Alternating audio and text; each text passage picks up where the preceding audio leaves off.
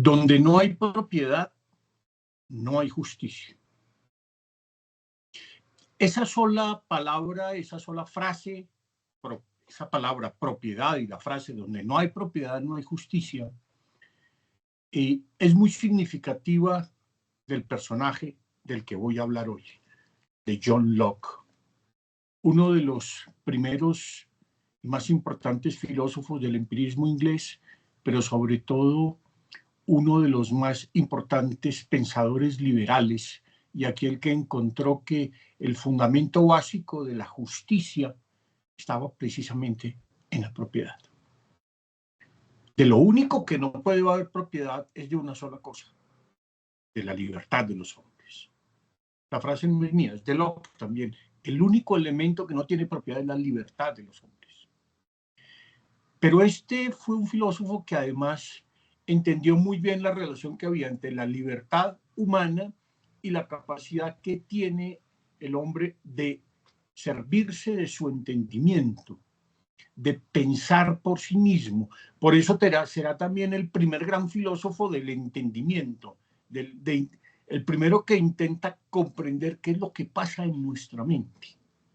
Porque lo que pasa en nuestra mente es lo que nos ayuda a entender el mundo en el que vivimos, las relaciones que establecemos con otros, el modo como actuamos. Las acciones humanas, dirá Locke, son las intérpretes de nuestros pensamientos.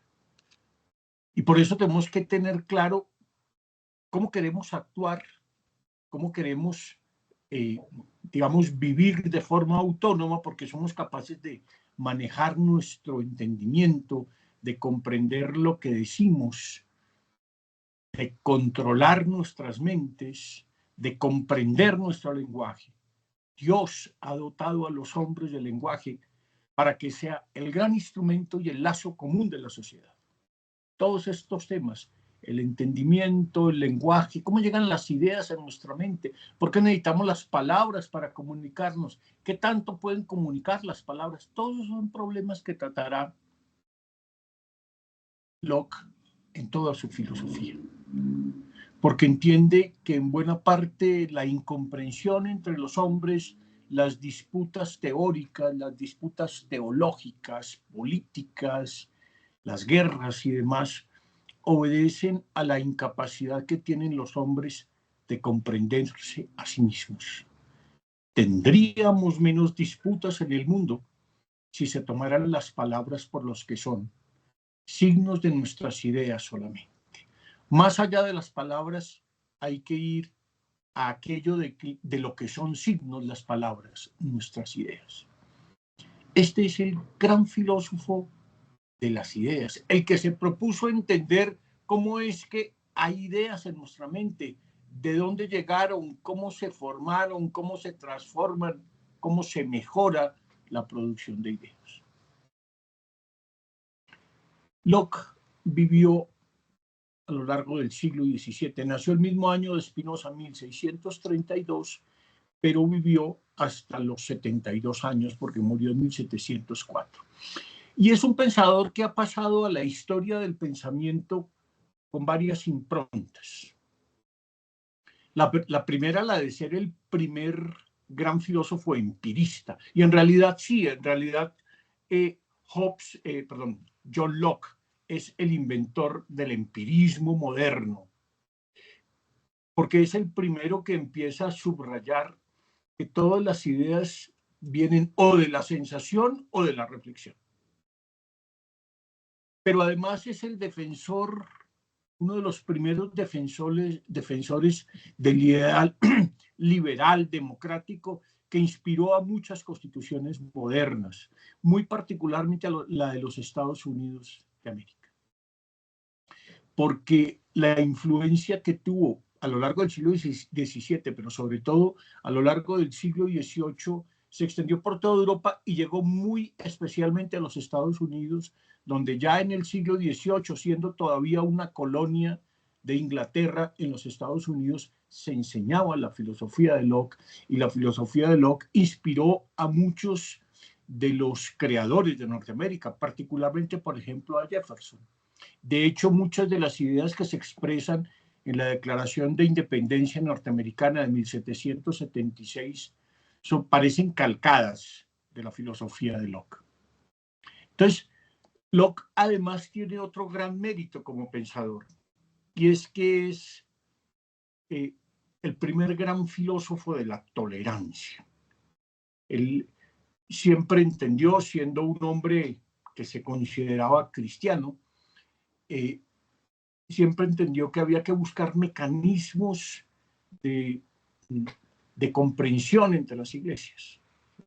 Y trabajó mucho en esa idea de la tolerancia religiosa, que va a ser tan importante como una de las ideas centrales del pensamiento ilustrado. Después en ello trabajará mucho, especialmente Voltaire. Pero el primer gran ideólogo de la tolerancia religiosa, escribió cuatro cartas sobre la tolerancia, es John Locke. Y es un filósofo muy particular. Los marxistas dirían que es el típico filósofo burgués, otros dicen que es el filósofo mundano, porque para él la filosofía es como una especie de divertimento. Cuando uno lee su obra más conocida, el ensayo sobre el entendimiento humano, que es un libro grande, la epístola, la carta que le pone al lector, lo que le cuenta es para él qué es la filosofía, y entonces empieza contándole cómo muchos de los problemas filosóficos que va a plantear son fruto de las conversaciones con sus amigos, ¿no? Entonces, para él la filosofía es como relax, un pasatiempo. Eso no quiere decir que la haga de cualquier forma, es riguroso, va paso a paso, es muy profundo en cada cosa que examina, pero para él la filosofía en buena parte es un divertimento. Claro, todo lo que he señalado hasta acá son ciertos rótulos, ciertas imágenes que nos hemos hecho de Locke, que tienen algo de cierto, pero que también tienen mucho de prejuicio y de caricatura. Porque Locke, como todos los filósofos modernos y antiguos, es siempre un personaje complejo. Pero su filosofía, su pensamiento es muy importante para entender muchísimas cosas de los siglos posteriores, en campos muy diferentes, la psicología, la política, la filosofía, la educación, porque tuvo un influjo muy grande en campos diferentes. La psicología, claro, Hobbes todavía no hace una psicología científica como la que aparecerá a finales del siglo XIX, pero sin duda es uno de los primeros que empieza a estudiar con mucho cuidado todas esas cosas que estudian los psicólogos, la percepción, el pensamiento, el lenguaje. ¿Qué es lo que pasa en nuestra mente? Esa es la gran pregunta de Locke. El influjo de sus ideas políticas, yo lo decía, es inmenso en filosofía, es uno de los grandes filósofos empiristas junto a David Hume. En educación es el precursor, digamos, de todo el cambio educativo que vendrá un tiempo después, sobre todo con la obra de Rousseau, con el Emilio. Pero Locke escribió una obra muy importante de educación que se llama Los pensamientos sobre la educación. Entonces, cuando llegamos ante Locke, estamos también ante uno de los más importantes filósofos modernos. Pero, como siempre, insisto siempre en esto, es un personaje complejo. Porque es una mezcla de cosas. En primer lugar, fue un típico inglés. De hecho, nació en Inglaterra y murió en Inglaterra. Pero a la vez fue un hombre cosmopolita que conoció el mundo de Inglaterra, pero conoció Europa porque se codeaba con importantes políticos, porque él mismo ocupó cargos políticos de importancia, pero vivió 4 años en Holanda, en Francia, 6 años en Holanda exiliado.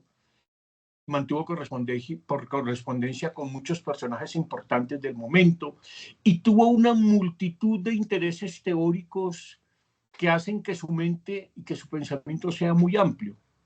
Lo conocemos como filósofo, pero Locke también fue médico y Locke también fue político, ocupó cargos públicos. Y Locke también fue diplomático, hizo parte de varias misiones diplomáticas, pero también fue educador. Pero incluso en la última parte de su vida escribió obras de teología e incluso escribió obras de moral, de religión, de economía, etc.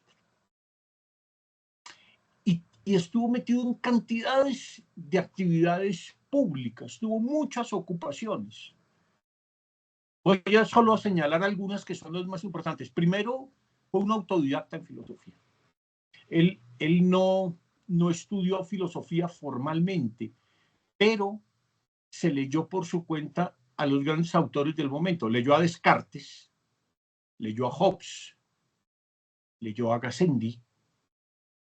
Seguramente no leyó a Spinoza porque Spinoza solo se vino a conocer muy tarde, después de su muerte, que se empezó a publicar su obra y demás. Siendo muy joven, cuando apenas tenía 30 años, fue profesor en Oxford de lenguas clásicas. Él enseñó griego y latín, sobre todo griego. O sea, era una persona que tenía una formación humanística muy seria, también una formación científica muy importante porque era médico, porque fue muy amigo de Robert Boyle, que fue uno de los fundadores de la química moderna. Fue diplomático en representación de Inglaterra en distintas ocasiones. Fue médico, secretario y el hombre de confianza de un noble muy reconocido, Lord Shaftesbury. Y Lord Shaftesbury no fue tampoco cualquiera. Lord Shaftesbury llegó a ser el primer ministro, diríamos hoy, de Inglaterra, ¿cierto? Y entonces, como estuvo siempre al lado de Lord Shaftesbury durante muchos años, pues terminó metido en las contiendas por el poder. Primero al lado de Lord Shaftesbury, que además era uno de los grandes fundadores del partido Whig, que es como el partido, digamos, de izquierda, entre comillas, en Inglaterra, ¿cierto? Pero además, cuando muere Lord Shaftesbury, también participará mucho de la famosa Revolución Gloriosa de 1688, que llevará al poder a Inglaterra a Guillermo de Orange. Ahorita cuento un poco más despacio esa historia. Entonces, Locke fue el filósofo de cabecera de lo que llamaríamos hoy los sectores más progresistas de Inglaterra. Y también luego fue el filósofo de cabecera de los revolucionarios norteamericanos. En Norteamérica se enseñó la filosofía de Locke y sobre todo Jefferson, pero en general el filósofo inglés más reconocido por quienes hicieron la revolución norteamericana fue Locke. En cierto sentido, algunos relacionan mucho a Locke con toda la filosofía de los derechos humanos, porque él fue el que defendió una idea que en su tiempo todavía tenía mucha resistencia, y es la idea de que el origen del gobierno está en el consentimiento de los gobernados. Él tuvo que enfrentarse con la teoría del derecho divino de los reyes, con esa idea de que los reyes habían heredado el poder directamente de Dios a través de Adán y Eva, entonces que el origen del poder de los reyes era un origen divino. Locke mostrará que eso no es así. Escribirá todo un libro, el primer ensayo sobre el gobierno civil, para refutar esa idea. Entonces, además de eso, él escribe sus cartas sobre la tolerancia, etc. Entonces va a ser un filósofo que va a tener muchísima importancia posteriormente, en su momento, pero también en los siglos siguientes. Hablemos un poquito de la vida de Locke. No es una vida con grandes misterios. Toda su vida fue básicamente una vida pública. Tiene muy poca vida privada. Nunca se casó, nunca tuvo hijos. Su vida es completamente pública. No tenía tampoco así como una vida secreta, así misteriosa como la que tenía Descartes, que hay muchas partes de su vida que no sabemos en qué andaba y entonces algunos dicen que hasta fue espía y no sé qué más.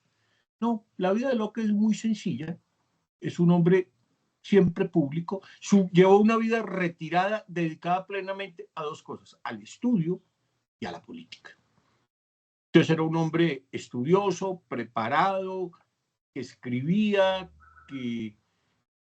pero que también durante mucho tiempo se dedicó a asuntos políticos, ya lo veremos más despacio. De hecho, él cuenta muy pocas cosas de su vida personal en sus escritos.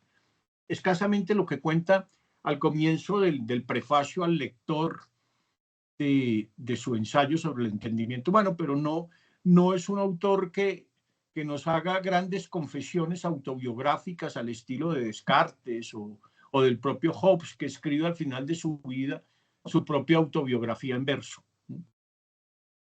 Toda su vida se entiende mucho mejor a la luz de los conflictos políticos que hay en la Inglaterra del siglo XVII. Incluso el exilio que vive un tiempo en Francia y otro en Holanda. Bueno, la vida de Locke la podemos dividir en 4 grandes momentos o 4 grandes periodos.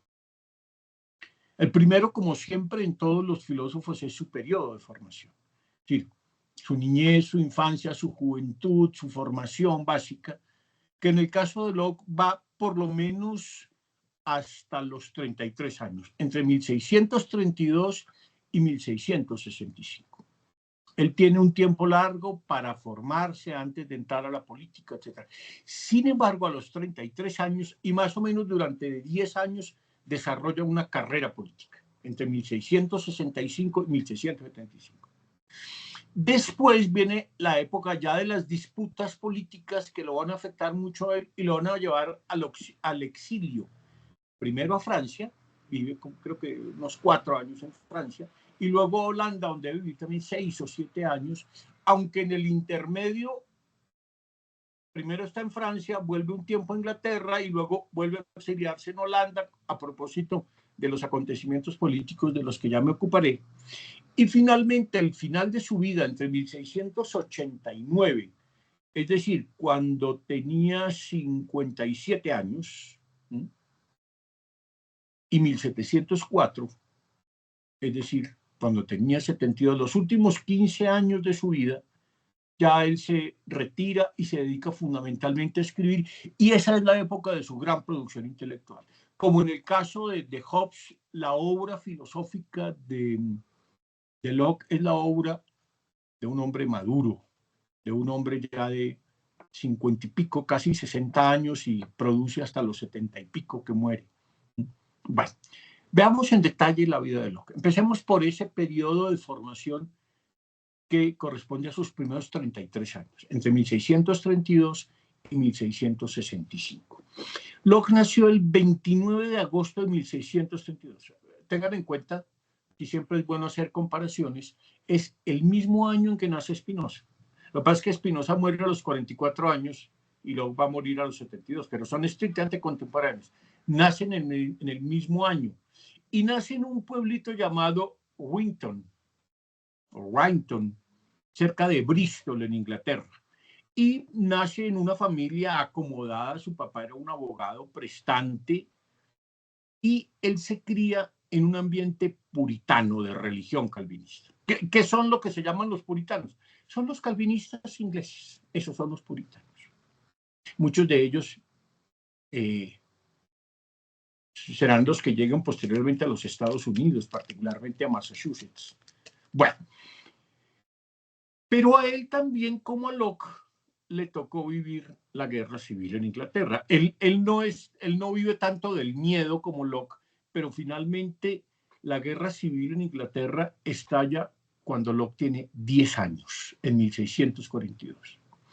Y por supuesto, su papá se pone del lado de los partidarios del Parlamento, de aquellos que se enfrentan al rey Carlos I Estuardo, que es el rey que un tiempo después van a pasar al papayo, van a degollar.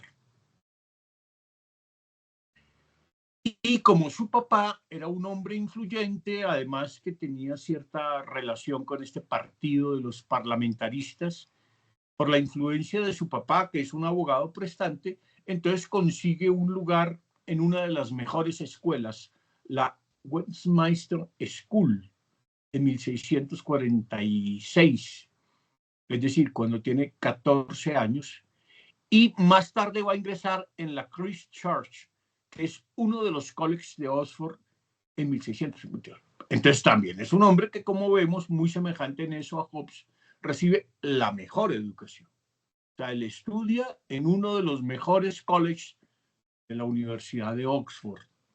Y ya a los 20 años está ya estudiando Y bueno, un hombre formado en las mejores escuelas inglesas, entonces conoce muy bien los clásicos, conoce el griego y el latín, tiene una formación literaria muy importante y de hecho en 1656, a los 24 años, se gradúa como bachiller, Bachelor of Arts. Para nosotros bachiller suena como a que terminó en el colegio, no, no, no. Este Bachelor of Arts es como un pregrado entonces, y luego se graduó como Master of Arts en 1658. Esa era la formación básica, pero era la formación humanística más básica. Eso tenía algo de filosofía, pero tenía mucho de retórica, de lenguas clásicas, de literatura, de muchas cosas. Pero Locke tenía un interés científico y muy pronto se interesó por la medicina y empezó a estudiar medicina. Solo se va a graduar de médico varios años después, en 1674, es decir, cuando tiene ya 42 años. Pero también al tiempo que se interesó por la medicina y la empezó a estudiar, aunque se hubiera demorado en graduarse, también se empezó a interesar por la ciencia natural. Sobre todo porque empezó a tener una amistad con un personaje que va a ser muy importante para él, Robert Boyle, o Boyle, que es uno de los padres de la química moderna.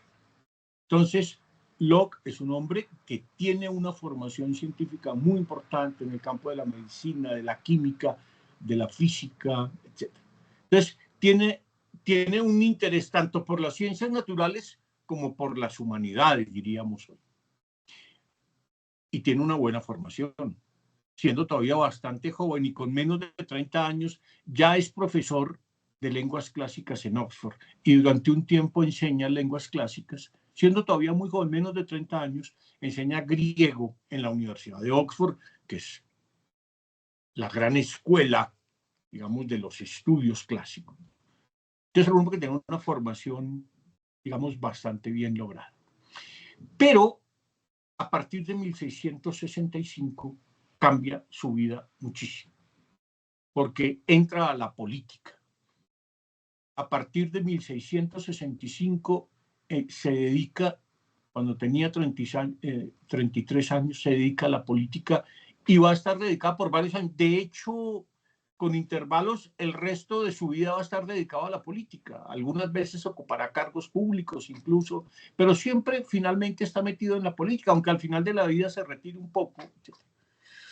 ¿Cómo empieza todo? Porque él es invitado como secretario de una misión diplomática a Brandenburgo, en Alemania. Y en esa misión diplomática en la que va como secretario, claro, esa era la función que cumplían muchos de los graduados en Oxford, ¿cierto? Eran secretarios, recuerden lo que hablamos en algún momento de lo que era el servicio doméstico erudito, como Hobbes. Locke también, entonces, va como secretario de un gran personaje, ¿cierto? Y entonces, allí conoce, en esa misión diplomática, conoce a quien será su mentor durante los años siguientes. Se llama Anthony Ashley Cooper. Era un poco mayor que él, unos 10, 11 años mayor que él, pero no era cualquier personaje, era Lord Ashley. Y no era simplemente Lord Ashley, era el primer conde de Shaftesbury. Era un juez y era un político que sería uno de los fundadores del partido Whig, el Partido Progresista de Inglaterra. Eso sería lo que hoy más o menos es el Partido Laborista, ¿cierto? Un partido con inclinaciones más hacia la izquierda, hacia el socialismo, etc. Enfrentado, por supuesto, al Partido Conservador, que es lo que se llama en Inglaterra los Tories. Bueno, este señor es el líder del Partido Whig, uno de sus fundadores, ¿no? Y entonces Lord Ashley, o el conde de Shaftesbury, toma a Locke primero como su médico personal. Parece que todo empieza porque este Lord Shaftesbury o Lord Ashley tiene problemas de hígado y Locke empieza a tratárselo como médico. Todavía no se ha graduado de médico, pero ejerce la medicina. Y a partir de eso se empieza a ganar su confianza, empieza a acercarse, entonces empieza a ser el secretario de Lord Ashley, luego se volverá su hombre de confianza y al lado de él, pues va a ingresar a la política. Entonces ya Locke, que tiene un contacto importante con un político importante, se traslada a vivir en Londres en 1667. Por supuesto, estando en Londres, puede retomar sus estudios de medicina y se va a graduar de médico en 1674. Pero ya en 1673 ocupa su primer cargo público. Claro, es que Lord Ashley, el conde de Shaftesbury, ya no es cualquiera. Ahora es el Lord Canciller de Inglaterra. Entonces es un personaje absolutamente importante. Digamos, es el hombre que manda en Inglaterra, por decirlo de alguna manera. Y entonces este señor nombra a Locke como consejero, como secretario del Consejo de Comercio y Agricultura. El término secretario no es simplemente el que toma notas, normalmente el secretario es el que maneja el poder realmente. Y en muchas partes secretario significa ministro propiamente, así es en Estados Unidos, ¿no? Y así es en muchas partes. En Rusia el verdadero poder es el secretario del Partido Comunista. Entonces Locke empieza a tener un cargo público de mucha importancia. Pero, claro, en la política hay vaivenes, ¿no? Y este señor que era tan importante, en medio de todos estos rollos y en medio de todas estas complicaciones del poder monárquico en Inglaterra, Lord Ashley cae en desgracia. Y entonces ahí es cuando Locke tiene que irse a Francia. Ahí empieza su exilio, ¿no?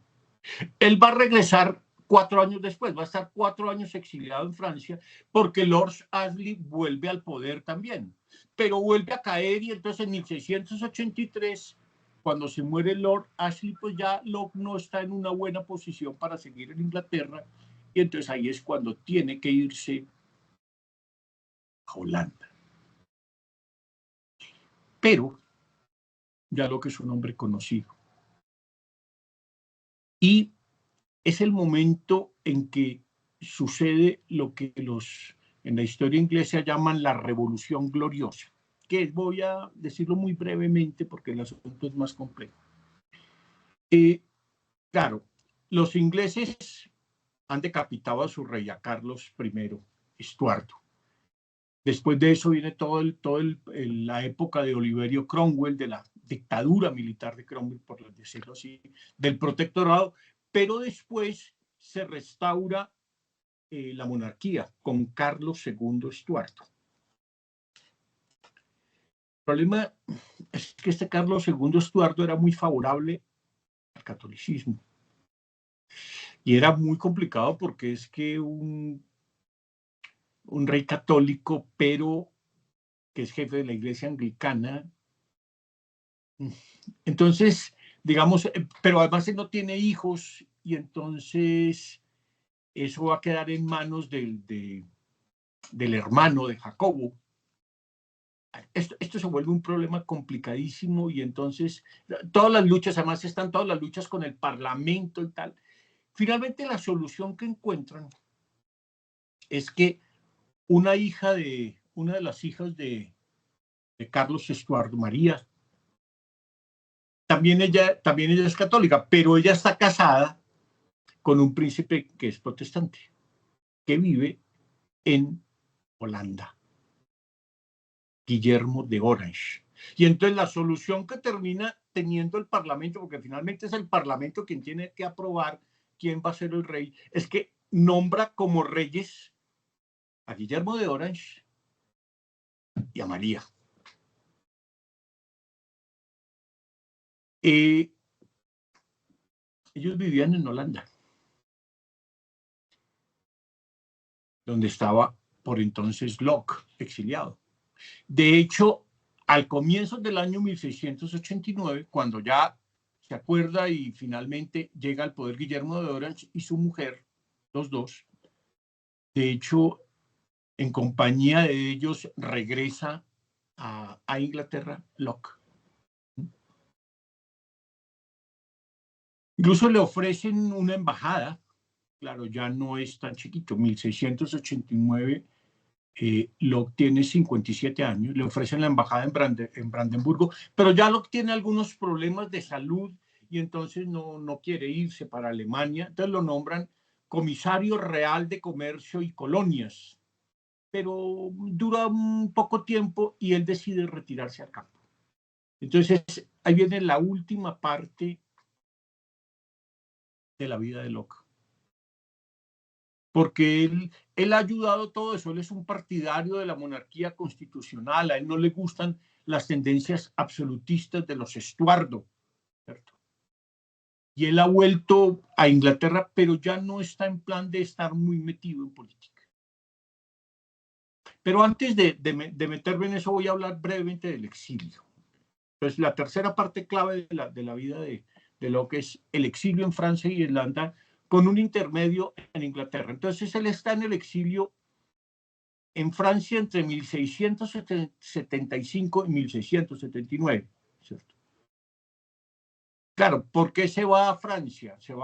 Él vive en París y una parte también en Montpellier, y allá, claro, lo primero que encuentra es un clima más favorable para su salud. Él tenía ciertas enfermedades, pero además esto va a ser muy importante porque él entra en contacto con los partidarios y con los críticos de Descartes.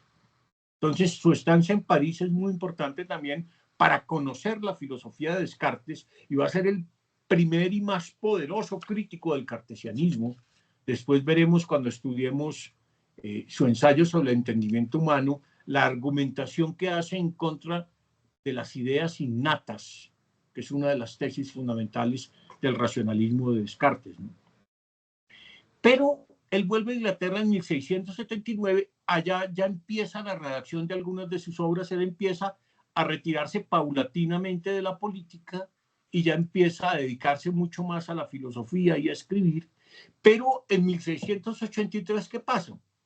Que se muere Lord Ashley, su protector. Y entonces nuevamente la situación para él se complica porque él no se lleva bien con la monarquía de los Estuardos. Claramente, Locke es un partidario claro del parlamentarismo, de la monarquía parlamentaria. Y entonces tiene que irse esta vez para Holanda y allá vive 5 años más, entre 1683 y 1688, y regresa al puro comienzo del año 1689 a Inglaterra. Y en Holanda, fíjense cómo esto es muy interesante, como muchas de las obras de ese momento fueron escritas en Holanda. Buena parte de la obra de Descartes fue escrita en Holanda, la de Spinoza, por supuesto, incluso Hobbes escribió, pero el Locke empieza también a escribir su obra filosófica en Holanda. Allá inicia su gran obra, el ensayo sobre el entendimiento humano. Aquí está la versión en inglés. An Essay Concerning Human Understanding. Ahí empieza en Holanda su obra. Y ahí ya empieza a escribir sus primeras cartas sobre la tolerancia, ¿cierto? Claro, pero como decíamos antes, todo cambia con la Revolución Gloriosa de 1688, porque se derroca a Jacobo II, es decir, a la dinastía Estuardo, y entonces triunfa finalmente el parlamentarismo, y la solución que tiene el Parlamento es, para evitar tanto lío y tanto conflicto, bueno, tengamos reyes, pero no reyes absolutistas, sino reyes que acepten las reglas que pone el Parlamento. Y entonces por eso, y para conciliarse con la dinastía Estuardo, entonces escogen a Guillermo de Orange, que es holandés, pero está casado con un Estuardo, entonces matan 2 pájaros de un solo tiro. Restablecen la monarquía, mantienen una continuidad porque tienen rey y reina, pero a esos reyes ya les ponen sus condiciones, el Parlamento les pone sus condiciones, y por eso ya no tenemos una monarquía absoluta, sino una monarquía parlamentaria. Bueno, 1689, vuelve Locke a Inglaterra. Vivirá 15 años más, hasta el año 1704, Y en esos 15 años va a escribir todo lo esencial de su obra filosófica. Alguna cosa la había iniciado ya en Holanda, como decíamos, pero en realidad la obra filosófica de Locke se termina en estos 15 años. Había aceptado, recuerden, había aceptado un cargo público y tal, pero finalmente, por cuestiones de salud, pero también porque ya no le interesa tanto la política después de la muerte de Lord Ashley, porque no quiere tanto conflicto, se dedica a la filosofía y a la escritura de sus obras. Por supuesto, al principio él llegó al centro de Inglaterra, a Londres, pero ya en 1691 toma una decisión. Se instala en el campo, en Oates, si quieren, en el condado de Essex, en Inglaterra, en la casa de unos amigos. Él se va a ir a la casa de Francis y Lady Masham. Y entonces, claro, él nunca, como Spinoza, como el propio Descartes, nunca tuvieron una casa propia.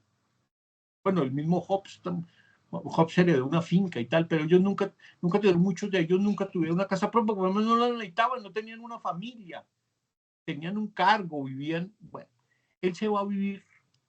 ¿Te recuerdan también Spinoza? Arrendaba una casa, vivía un tiempo ahí, vivió en la casa de un pintor en un tiempo. Bueno, Locke también se va a vivir al campo, a la casa de unos amigos. Y allí va a pasar los últimos años de su vida. Y ahí va a empezar a escribir sus principales obras. Hagamos un recuento breve. Primero, las cartas sobre la tolerancia. La primera carta sobre la tolerancia son 4, la escribe en 1689. Y luego las complementa con otras 3 cartas más.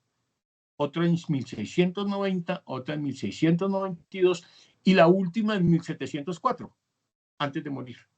Ese es el año en que muere. Entonces, ese tema de la tolerancia religiosa va a ser muy importante para Locke y escribirá 4 cartas sobre eso. El otro tema que es muy importante es la política. Entonces, Locke será un gran filósofo político y escribirá 2 ensayos sobre el gobierno civil. Ordinariamente uno conoce esta ahorita, se llama El ensayo sobre el gobierno civil. Esta es una de las obras esenciales para comprender el liberalismo político. Pero esta es la segunda parte, digamos, este es el segundo ensayo. Locke escribe 2 ensayos sobre el gobierno civil que se publican en 1690. El primer ensayo hoy está muy pasado de moda, porque el primer ensayo es una refutación. Es una refutación de una obra que se llama El Patriarca, de un escritor inglés que se llama Robert Filmer. ¿Qué era lo que defendía Robert Filmer en esa obra del Patriarca? El derecho divino de los reyes. Esa idea de que los reyes vienen, el poder de los reyes les viene directamente de Dios a través de Adán y Eva y todo ese tipo de cosas. ¿Cierto? Luego hace toda una refutación de eso. Eso ya no se lo lee nadie. Yo me lo leí hace unos años porque por casualidad me tocó ser jurado de una tesis que estudiaba ese texto de Locke. Entonces, pero bueno, eso ya hoy no se lo lee nadie. Sin embargo, este segundo ensayo sobre el gobierno civil es la obra de filosofía política junto al Leviatán de Hobbes más importante del siglo XVII. Y empieza, voy a leerles el comienzo de este segundo ensayo porque empieza recogiendo lo que ya trabajó en el primer ensayo. Dice, en el tratado precedente hemos hecho ver que, primero, Adán no tenía, como se pretende por alguien, ni por derecho natural de paternidad, ni por atribución positiva hecha por Dios, una autoridad de esa clase sobre sus hijos, ni semejante dominio sobre el mundo. Segundo, ojo, lo que está diciendo es una cosa que va a ser muy importante. Aquí no hay derechos naturales de los reyes, aquí no hay derecho, nadie, digamos, no hay un derecho absoluto que nos dé la naturaleza. ¿Cierto? Aún admitiendo que él lo hubiese tenido, supongamos que entonces Adán tenía un derecho y lo fue transfiriendo aún si fuera así, sus herederos no poseían ese derecho. Supongamos que Adán sí tenía un derecho por ser el primer hombre y no sé cuánto, Sí, pero eso no, ese derecho no tendría por qué transferirse a sus herederos, ¿no? Tercero, aún admitiendo que sus herederos lo tuviesen, no habría sido posible fijar con absoluta certeza a quién correspondía el derecho de sucesión. Y en consecuencia el de reinar, no existiendo como no existía ley natural ni ley divina positiva para determinar quién era el legítimo heredero en cuantos casos pudieran presentarse. Cuarto, aún admitiendo que tal derecho de sucesión hubiese estado determinado habiéndose perdido desde hace tantísimo tiempo, bueno, y va dando todas las razones para decir, para exponer su tesis primera y fundamental, y es, bueno, un momentico. Como no existe ese derecho divino, como nadie naturalmente nació con el derecho de gobernar a otros, etc., todo gobierno no puede basarse más que en el consentimiento de los gobernados. Uy, esta es una idea poderosísima, poderosísima. Donde mejor uno comprende el poder de esta idea es leyendo la Declaración de Independencia de los Estados Unidos. Les recomiendo, que es uno de los grandes textos del pensamiento político, escrita por Thomas Jefferson.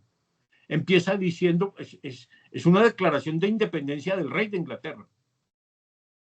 Y lo que dice esa declaración de 1776 es muy interesante, porque el punto de partida le dice, a ver, todos los hombres tenemos unos derechos inalienables. O sea, derechos que nadie nos puede quitar y que no podemos renunciar a ellos. Primer derecho inalienable, la vida. Segundo, la libertad. Y tercero, la búsqueda de la felicidad. Esos son derechos inalienables, nadie nos los puede quitar. Provienen de nuestro mismo ser humano.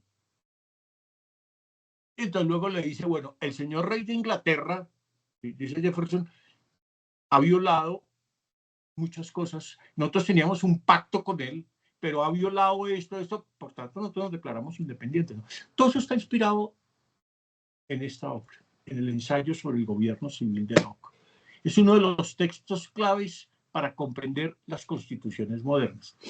Pero al tiempo que escribe eso, está escribiendo también su gran obra teórica, filosófica, que es el ensayo sobre el entendimiento humano. Aquí lo mostré en su versión en inglés original y en español. Y entonces el ensayo sobre el entendimiento humano ya es una obra majestuosa, grandotota, donde él se va a dedicar a estudiar con sumo cuidado todos los problemas filosóficos claves, sobre todo el origen de las ideas. Tiene varios libros. El primer libro es sobre las ideas innatas. Todo el primer libro está dedicado a refutar la idea cartesiana de que hay ideas innatas. No hay ninguna idea que exista en mi mente antes y que pusieron allá, como dice Descartes, que la idea de Dios, como yo no la puedo producir, la tuvo que haber él puesto en mí, luego la idea ya estaba en mí. La idea de Dios era como parte de un software incorporado que te llaman y dicen, no olvídese. El libro segundo se llama De las ideas. Y entonces ahí va a analizar todos los elementos claves. ¿Dónde está el origen de las ideas? Porque hay ideas más simples, hay ideas más complejas, y entonces analiza ciertas ideas, la idea de solidez, etcétera, la idea de duración, ¿sí? Cómo son las operaciones de la mente. Todo eso lo va a analizar en ese segundo libro. Es un libro ya mucho más complejo, donde se va a meter con todas las ideas filosóficas centrales. Es un libro largo. El segundo libro es el libro central, es un libro largo. El tercer libro es un libro muy bonito, es muy interesante, porque su tema son las palabras. Entonces es un estudio del lenguaje. ¿Qué son las palabras? ¿Qué es el lenguaje? ¿En qué consiste el significado de las palabras? ¿Por qué se ponen ciertos nombres a ideas más simples? ¿De dónde provienen los nombres de las sustancias? ¿Por qué las palabras son imperfectas? ¿Cuándo abusamos de las palabras? Etcétera. Y el libro cuarto se ocupa del conocimiento, de los grados de conocimiento, del alcance del conocimiento, de la realidad del conocimiento, de cómo determinamos que un conocimiento es verdadero, etcétera, etcétera. Esta es la gran obra de Locke, el ensayo sobre el entendimiento humano. Pero todavía escribirá 3 obras muy importantes en los últimos años de su vida. Los pensamientos sobre la educación, la razonabilidad del cristianismo, pensamientos sobre la educación es de 1693, la razonabilidad del cristianismo de 1695 y la conducta del entendimiento de 1700. Pero el 28 de octubre de 1704 muere en Oax, allá en el condado de Essex, en ese lugar del campo en que vivía, en la casa de unos amigos. ¿Qué es la obra de Locke? Entonces, resumiendo, reordenando todo lo que he dicho hasta acá, pero centrándome en la obra. En la obra de Locke hay 3 obras de una gran trascendencia histórica. Ya las nombré y las comenté un poquito.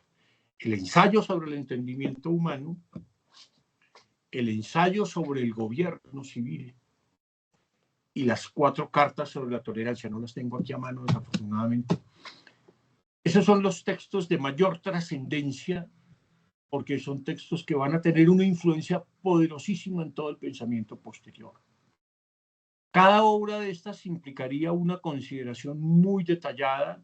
Cada obra de estas daría para un semestre y un año entero de estudios, particularmente el ensayo, que es una obra muy larga, etc. Pero Locke tuvo una precaución. Locke, cuando publicó el ensayo sobre el entendimiento humano, sabía que no era fácil que la gente se leyera este mamotreto, ¿cierto? ¿Quién se va a leer todo este mamotreto? Con análisis muy cuidadosos de cantidades de cosas. Es muy interesante, hay partes muy bonitas. Entonces él, antes de publicarlo, primero escribió una síntesis, un compendio, y es esta ahorita chiquita. Son en estas paginitas, que no son muchas, son un poquito más de 50 páginas, él hace un compendio del ensayo sobre el entendimiento humano. Nosotros nos podemos leer, como no tenemos tiempo de leernos el mamotreto grandote, nos podemos leer este ensayo breve, este compendio del ensayo sobre el entendimiento humano, que él lo publicó en 1687. Incluso antes de publicar el ensayo dijo, yo estoy preparando una obra larga y tal, pero como sé que es muy complicada, les voy a mandar primero un resumen para que vayan entendiendo la cosa. Por supuesto, hay que leer una parte básica del Tratado sobre el Gobierno Civil. Yo les voy a proponer que nos leamos los 51 primeros parágrafos. Es un texto muy importante para el pensamiento político, ¿no? El otro texto, ya decíamos, el de la tolerancia religiosa, no lo vamos a alcanzar a leer, ¿cierto? Pero no fue lo único que escribió Locke.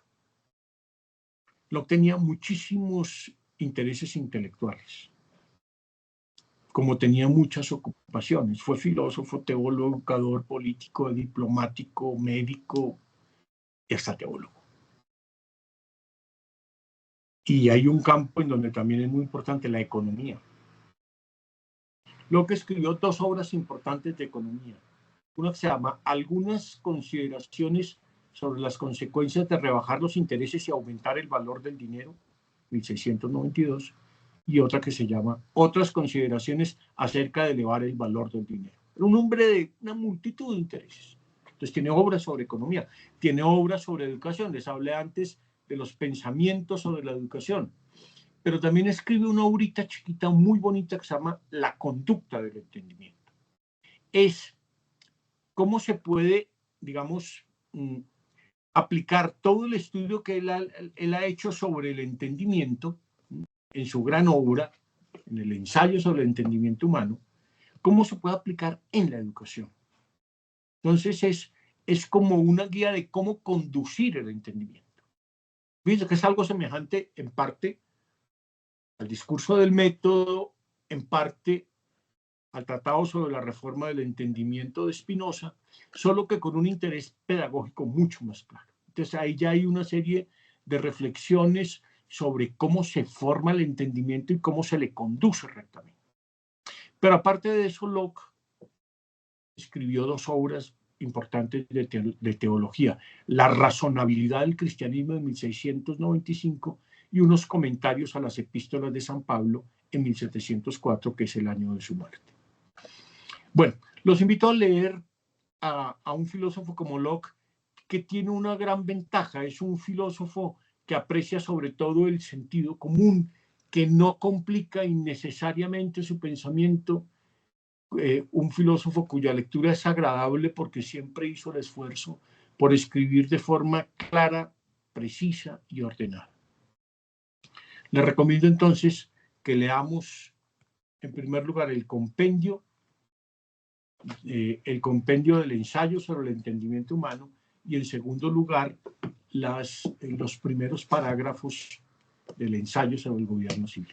Esto nos dará una idea tanto de Locke como filósofo teórico, como un hombre que quiso comprender el origen de las ideas y el modo como funciona el entendimiento humano, pero que también fue un hombre que hizo un inmenso aporte en el desarrollo del pensamiento político liberal democrático.